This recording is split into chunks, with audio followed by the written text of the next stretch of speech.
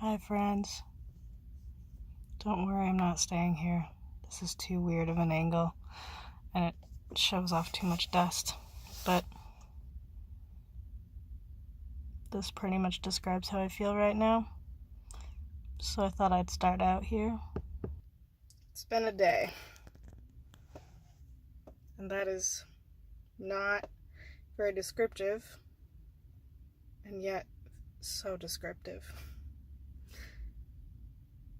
So it's been raining a lot the last couple of days, and that's fine. It's spring, it's Iowa.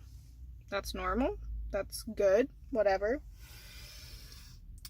But sometimes I go out of town for houses, and sometimes those out-of-town houses are on gravel roads that get a little bit sketchy, or very sketchy, in the case of this morning.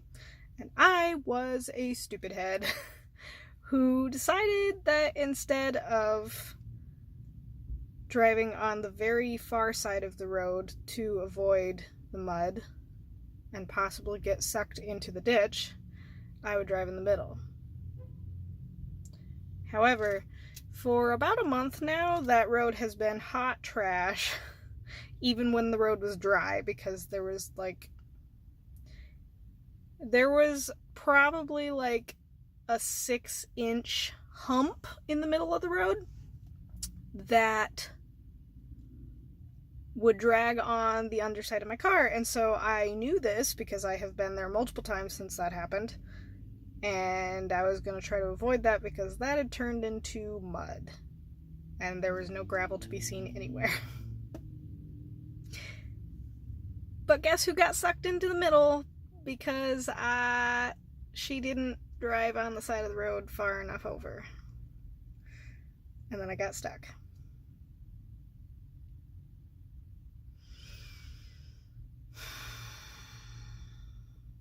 So, the advantage of me being at this particular house is that it is owned by a farmer who has a tractor, and I was only about a quarter of a mile away from his house. I could see the house. I could also see the highway behind me. So the office called him, where my fellow tech was already there, waiting, which I did not know. I thought she was cleaning already. Which, of course, makes this worse later. And he came down and looked at it and was like, well, let me go get my tractor and a ratchet strap, and I'll try to pull you out. So he drove back down the road, and I called my dad and was like, hey, remember that thing that you told me to never do, which is to drive on roads that look like you could get stuck on them because there's not enough gravel? Guess what I did? I didn't listen.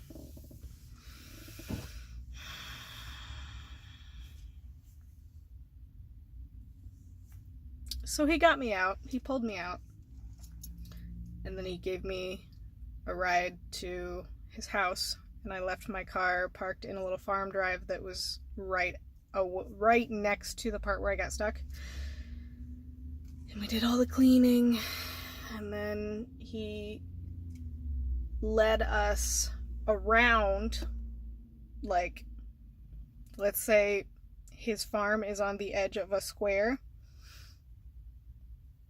The road running by his house got closed almost immediately after he pulled me out. He apparently called the county and complained to them about how his road has been hot trash for a whole month, and they just happened to be planning to put some rock down that day.